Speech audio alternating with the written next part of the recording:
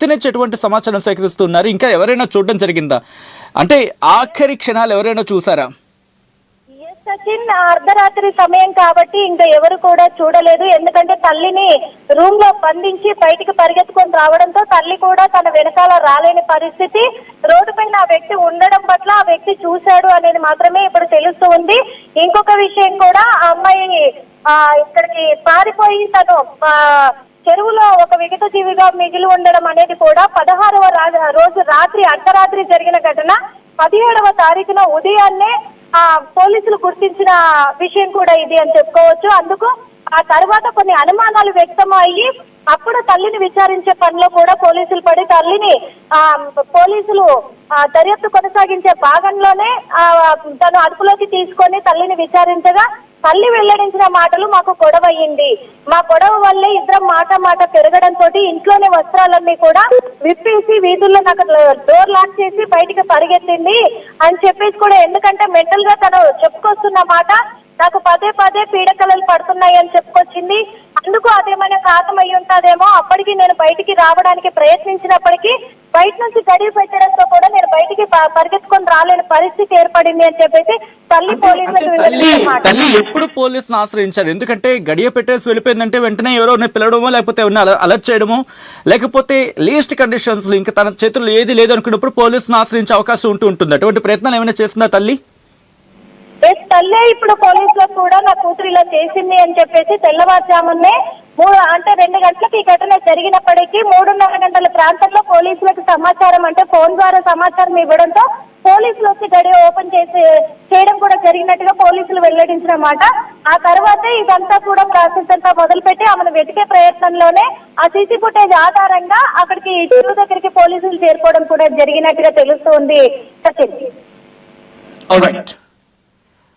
ఒక్కసారి మీ లైన్లో ఉండే ప్రయత్నం చేయండి. నేను మళ్ళీ మీ దగ్గరకు వచ్చే ప్రయత్నం చేస్తున్నాను.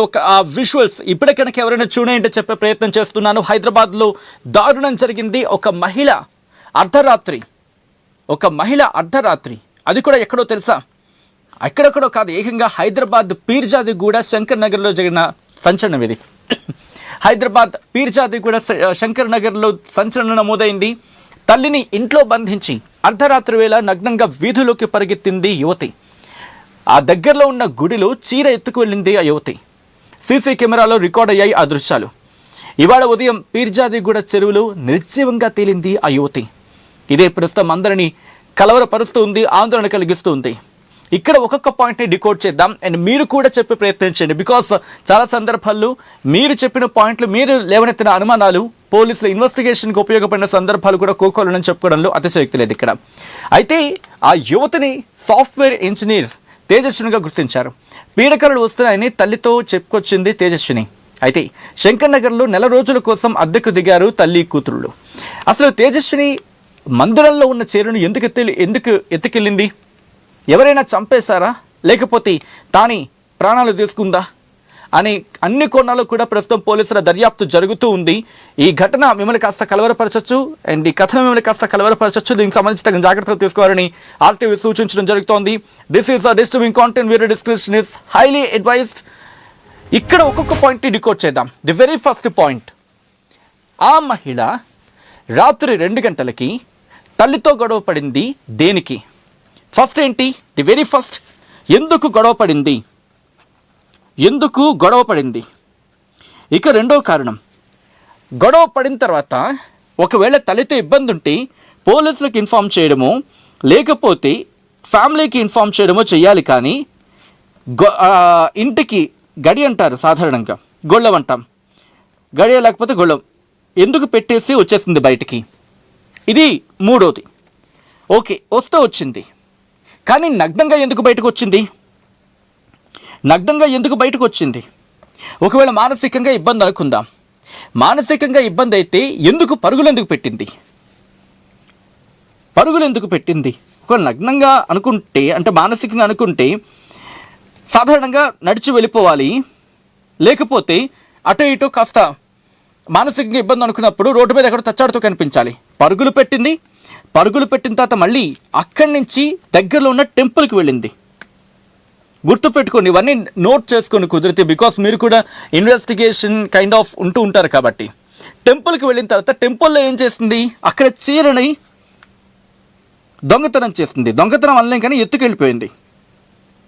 ఓకే, ఇక్కడి నుంచి తన అప్డేట్ అనేది క్లారిటీ లేదు. ఇక్కడి నుంచే తన క్లారిటీ లేదు. ఇక్కడి నుంచి కట్ చేస్తే మార్నింగ్ ఉదయం ఆమె నిర్జీవంగా కనిపించింది. అంటే కరెక్ట్గా లెక్క వేసుకుంటే 10 పాయింట్లు. 10 పాయింట్లు ఎక్కడా మ్యాచ్ కావట్లేదు. ఫస్ట్ పాయింట్ ఏంటి, తల్లితో గొడవ పడింది. ఓకే, ఇక్కడ ఇంకొక పాయింట్ కూడా వినిపిస్తోంది. ఈ గొడవకి అయితే తల్లి వచ్చి కంప్లైంట్ ఇచ్చింది అన్నారు. ఓకే, మళ్ళీ ఆ పాయింట్స్ కంటిన్యూ చేద్దాం. నిజంగా కనిపించింది, తల్లి వెళ్ళి కంప్లైంట్ ఇచ్చింది. తల్లి వెళ్ళి కంప్లైంట్ ఇచ్చినప్పుడు కంప్లైంట్లో తల్లి ఏం చెప్పుకొచ్చింది, కంప్లైంట్ సందర్భంలో ఆమెకు పీడకలలు వస్తున్నాయి, పీడకలలు వస్తున్నాయి అనేది ఇక్కడ చెప్పుకొచ్చింది. ఒకవేళ సాధారణంగా తల్లి ప్లేస్లో కామన్గా ఎవరైనా ఉంటే గొడవ పడింది అనుకుందాం. గొడవ పడిన తర్వాత గడియ పెట్టి ఇంటికి నుంచి బయటికి వెళ్ళిపోతే ఎవరినో కొన్ని పిలుస్తాం కదా, చుట్టుపక్కల వాళ్ళు పిలవడమో లేకపోతే అరుపులు కేకలు పెట్టి కాపాడుకునే ప్రయత్నం చేస్తాం కదా, ఇది కదా కామన్. మరి తల్లి ఎందుకు అలా చేయలేదు? తల్లి కంప్లైంట్ ఇచ్చింది. ఓకే, తల్లి కంప్లైంట్ ఇచ్చి ఉండొచ్చు కాక, ఎందుకంటే తల్లిని బ్లేమ్ చేయట్లేదు. రిమెంబర్, తల్లిని ఎక్కడా కూడా ఇక్కడ బ్లేమ్ చేయట్లేదు, లేదు తల్లిని ఆరోపణ కూడా అనట్లా. ఏం జరిగింది ఆ టైంలో, తల్లి రాత్రి ఫోన్ చేసిందా లేకపోతే ఉదయం కంప్లైంట్ ఇచ్చిందా, క్లారిటీ రావాలి.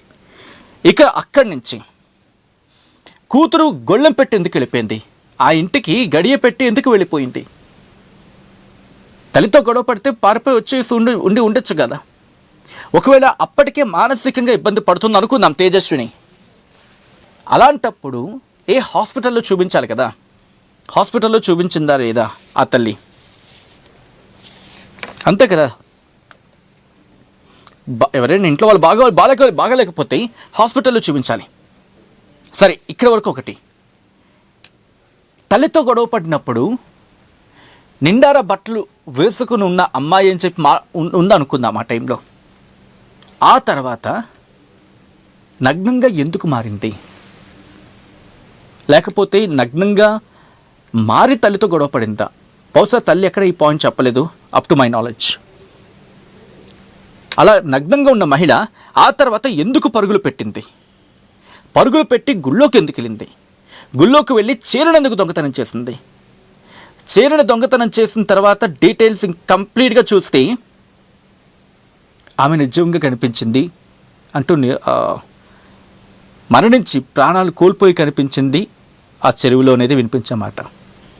ఆ గ్యాప్లో ఏం జరిగింది?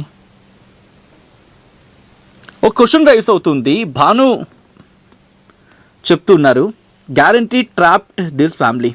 ఆ టైంలో స్మాల్ టెంపుల్ అయినా లాక్ చేస్తారు. ఏమి టెంపుల్లో మిడ్ నైట్ సారీ ఎలా తీసుకుంది, లాక్ ఎందుకు లేదు? ట్రూ, నిజం. ఆ టెంపుల్కి ఎందుకు లాక్ లేదు? లేకపోతే లాక్ విరగొట్టిందా? సీసీ కెమెరా ఉన్నదా టెంపుల్కి లేకపోతే ఆ ప్రాంతంలో అనుకున్నప్పుడు చూడొచ్చు. సీసీ కెమెరా టెంపుల్కి ఉంది, క్లియర్గా కనిపిస్తూ ఉంది. తను విరగొట్టే ప్రయత్నం అయితే చేయలేదు. అక్కడున్న మూమెంట్ ప్రకారం చూస్తూ ఉంటే ఆ విజువల్ చూడండి. ఎక్కడో బహుశా ఏదో అంటూ ఉంటారు కదా, బ్యాక్ డోరో లేదా బ్యాక్ గేట్ డోరో అని చెప్పి అలా వెళ్ళుంటుందేమో. కొంతమంది అంటున్నారు యువతులు మానసిక వ్యాధి ఉండి ఉండొచ్చు, నాగేశ్వర గారు అంటూ ఉన్నారు. ఇలా ఒక్కొక్కరు ఒక్కొక్క కారణాన్ని చెప్తూ ఉన్నారు. అండ్ మీరేమనుకుంటున్నారు కమెంట్ చేయండి. అండ్ యువతిది బలవన్ మరణమా లేకపోతే ఎవరైనా చంపేసి అది బలవన్ మరణంగా చిత్రీకరించే ప్రయత్నం చేశారా? ఒకసారి మీరు కమెంట్ చేసే ప్రయత్నం చేయండి. ఆ విజువల్స్ చూద్దాం.